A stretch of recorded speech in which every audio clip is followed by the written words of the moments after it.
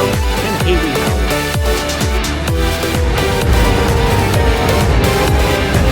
Howard. Welcome to Sit Down with the Superintendent, presented by GCHS TV.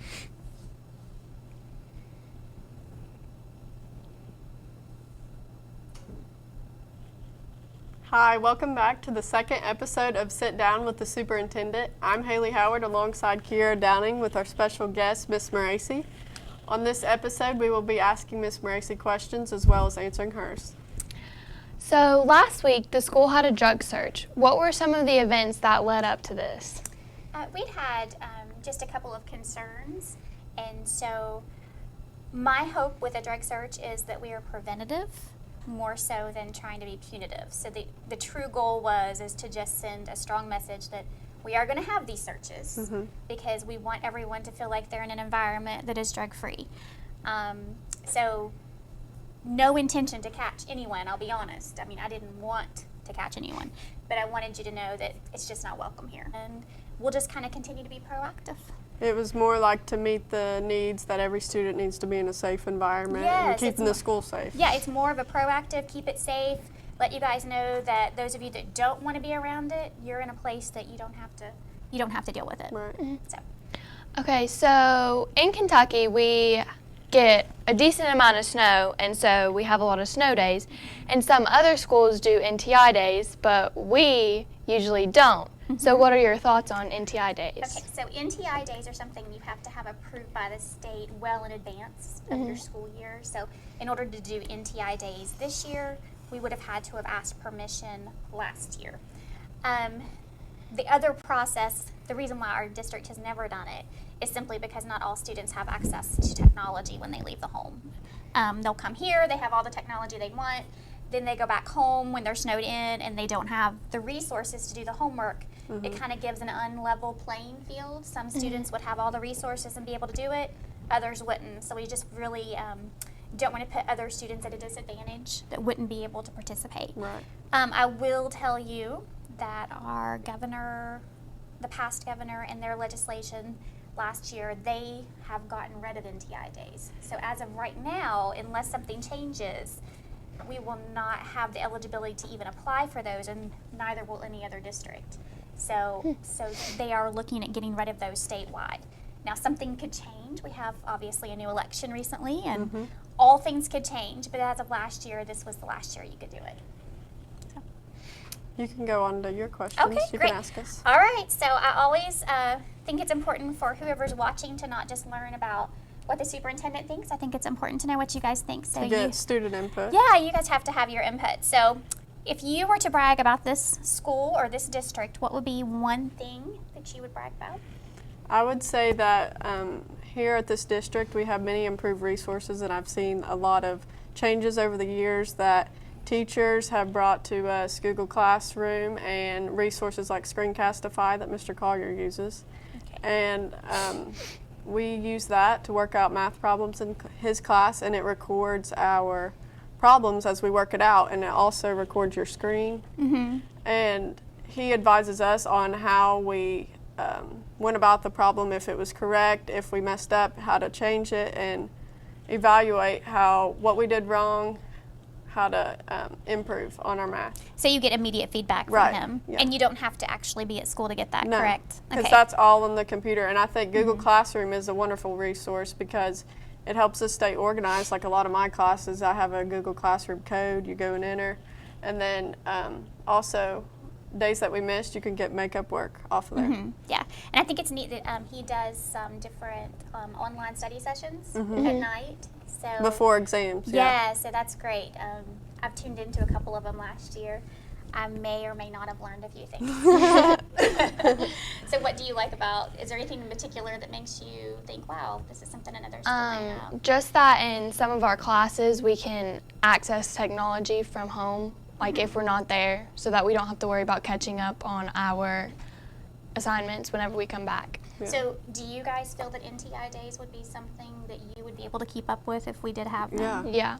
Yeah. Okay. Do you think it would be fair for everyone, or do you think it would just be I Maybe think you're out that there, you know. if some students like who were able to access technology had something on Google Classroom, and those who weren't able had like a packet and they had like a Right, I think it would assignment. have to be like resources probably on paper, because we have to make it fair to everyone, because not everyone is able to access on the computer. Okay, all right. So NTI days and then doing it like in a packet for the week.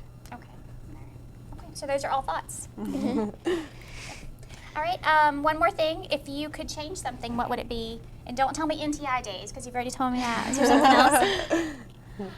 I think that all of the teachers should make their assignments accessible to students from home. Like if students are going out of town for like a school trip or something, they miss a lot of school and a lot of assignments. But if all of the teachers were required to like post their in-class lectures onto something, then the students can go back and watch them, and it's like they never even missed. Yeah, Mr. Collier does that, and then I had a surgery, I had my tonsils out, and I was able to watch the lectures each day and catch up on my math homework. Okay. Which we might be able to do that from our video resources we have. So. Yeah. Okay, those are great. Great, thanks. All right, you guys want to hit me with a couple more? Okay. What made you aware that students here at the high school were in need of tutoring? I've seen that there was a program that has been started this month. Yeah, we are really trying to be proactive, and we do not want students to find out at the end of the year or the end of the semester that they're not doing so well on their overall grade to be able to graduate. So it's something I've been aware of in my previous job. So we've kind of always known it's an issue, but the big issue was we wanted to get a little extra help in math. We were seeing some lower math scores coming in, and believe it or not, I can look all of your grades up. I don't, but I can. It's one of my small privileges. My poor child at home knows that I can see anything and everything. So we're able to kind of monitor that, and we run reports to see how kids are doing, and we were seeing some issues in math. So I think that prompted your administration. Yeah. Wasn't me. Your administration decided to offer something. So, So besides the after-school tutoring and the drug searches, do you have any future plans that will cause changes in any of the schools in the district? big plans right now is we're really looking at our facilities and what we need to do for those. Those are some major changes that'll be happening. We're also looking at doing more key card entries on outside door locks, which you guys won't notice that, but we will, just to keep the place a little more safe. That's important for us too. So, I don't know. We're also looking at what we can expand next and what kids are really into and want to have for after-school activities. Like more clubs and stuff? That kind of thing, yeah, absolutely.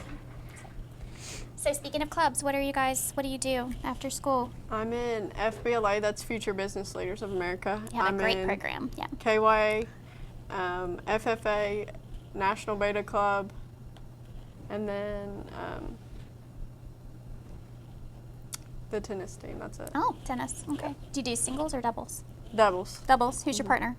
Last year I was with Abby Harris. Okay, so do you know who you're going to be with this year? Mm-mm. Oh, He she's looking for just a kind partner. of matches it up. Yeah, she's looking for a partner. Okay. All right, what do you do? So I cheer for varsity, so that's pretty much all that I do because I don't really have time for anything That's else. all It's year, pretty rather much. demanding, Yeah. Yeah. I understand. A Greenup County cheerleader's life is busy. Yeah, with all the fundraising and practices and competitions and stuff, I don't really have time for anything else. Are you guys ready? You're heading Yeah, to- I think we're ready. We have a couple months until nationals, and so we're going to be practicing hard, and I think we'll be ready. I think you will too. Bring us back another one. 17, is that right? Yep, 17. 17. So I'm excited to see how you do. 1 year I might actually make the trip. Not this year, but maybe 1 year I will. So, anyway. Really, I'm just intrigued by if you have a class here at the school that you just really enjoy besides this one. Is there something else that you would recommend other kids to take whenever they start making their schedules? Because that's going to be coming out soon. I know that where I'm wanting to go into the medical field, Yeah. the medical classes that are offered in the VOTEC help a lot. Okay. So, like, if They're you're going to thinking, prepare you for Yeah. college because you're going to be in med term and you're going to be in those types of classes, anatomy, you're going to need that. and if you get in those classes now and then realize you don't like it anymore, then you won't have You to didn't waste your money yeah, in waste your college. money in college. Absolutely. And then you can also get certified to be a phlebotomist, right? And a CNA. 100% pass rate on that, by the way. So you have some fantastic teachers that are taking care of that situation, because I don't know of any other school that has a 100% pass rate. Yeah, So that's I impressive. think that's a great program to get into. Yeah. Okay. All right. So neither one of you are welders? No. No. Okay. Maybe next week we'll get some welders up here. Okay. Do you guys have other questions for me, or are we? This year's freshman class there was a lot of kids, and if this trend continues, how will the school deal with all these students? We always allocate the amount of teachers and resources based on how many kids we have. Right. So if you'll notice, there's an extra math teacher, an extra English teacher. There's a couple extra teachers this year just to offset the amount of students that came in. So really, we'll just have to look at the numbers and reallocate resources and see, okay, if we have extra kids at this school, perhaps we need to look at what we're offering, and do we need to offer extra freshman classes? So I'm a big proponent of not having a huge number in a classroom.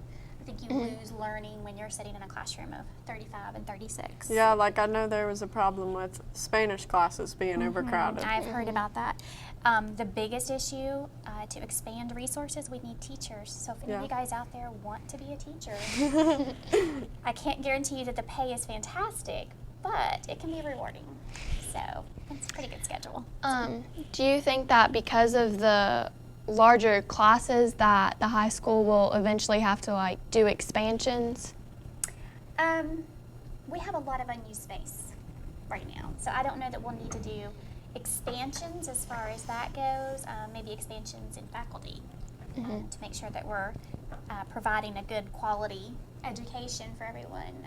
But I don't know that right now we need any major expansions. If I were to guess on a big expansion, I would love to see us work on getting a theater. I think we talked about that last week. So having some space For the drama club? For the drama club. Yeah, because right now they just do it in the cafeteria. Yeah, so, and that's really difficult. And just to get your sound and your lighting correctly, which is something you guys really know about. Yeah. That's a big deal. Where would the theater be located? Has that been in the process? We have talked, and there are actually alternative plans that were made on the first remodel of this building. So we're going to pull those out and kind of look and see what the original plans looked like. Basically, funding did not allow them to finish that part of it. So it really is going to be a huge, huge spring to see what the legislator funds for us. You know, what they offer us in assistance for being able to do buildings, because when you get certain monies from the state, they tell you this can be spent on buildings, this can be spent on textbooks, this can be spent on teachers. So they kind of allocate those for us. So really, we have to focus in on whatever they offer us and then make the best use of it. So at the high school level, it seems that teachers are more strict on the use of cell phones in classes, but at lower levels, it seems like they're more lenient. Is that just the schools not doing what they're supposed to, or what? Well, I will tell you first off, you are up against it at this school just for having any connection to the internet. Here in Lloyd, there's really not that much network flow to start with. So when you are on the network, 9 times out of 10, you're using the district network, which can bog it down. So that's part of it. Honestly, I think a couple of middle schools use it a little more. I have no problem with it as long as it's for instructional use, but it can get very much out of hand. Right. I think the more apps and the more things you know how to do with your phone as you get older makes it a little bit hard to control every student. The students will take advantage of it if you let them for Absolutely. educational. Now, I'm not saying that these young kids don't know how to do things. They do. But they really, you know how to hide what you're doing because there's an app for that. No joke. There really is. So I think that our administration is on the right track of kind of keeping it under control. My husband teaches at a different high school, and they do not have quite a strict situation with their cell phones. And I do believe they have a lot more interruptions in their classrooms and things going on. He said he would love to teach somewhere that didn't have cell phones going on all the time. So more instruction happens. Do you have a message for the students who are going into Christmas break? Enjoy it. Enjoy it. Absolutely enjoy it. Here's the deal, guys. Some of you are really looking forward to Christmas break and sleeping in and being in your pajamas. Some are going to be working nonstop at your job, at the mall, or wherever you happen to be. And others actually may miss school. I know that sounds crazy to some of you, but sometimes school is the best place for them to be. So for those of you that are on break, I hope you understand that you are actually missed by a lot of the faculty members here. There are several of you that have connections, and when you get back in January, they'll be excited to see you again. So just enjoy for now, get a lot of rest, and know that good things will be happening in January. So me and Haley take a couple college classes here this year. Do you think that there will be more college classes offered next year?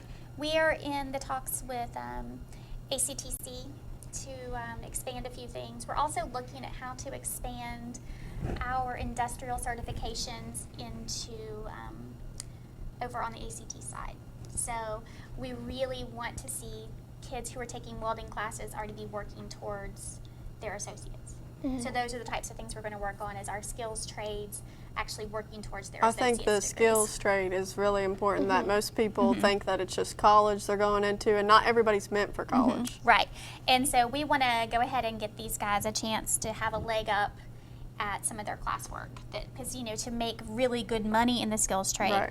you need to have a few classes. Because I think there's like some surrounding schools, not many in Kentucky, but Memphis I think offers a VOTEC and like getting certifications before you're graduated. A whole And we're very VOTEC. blessed with having ours attached to our school. Yes. A lot of kids have to get on a bus and spend a whole class period just traveling to get to a course. So we're very lucky with that. We've even spoken with the Industrial Parkway campus about seeing if kids could actually attend out there some too. So we're working on a few things.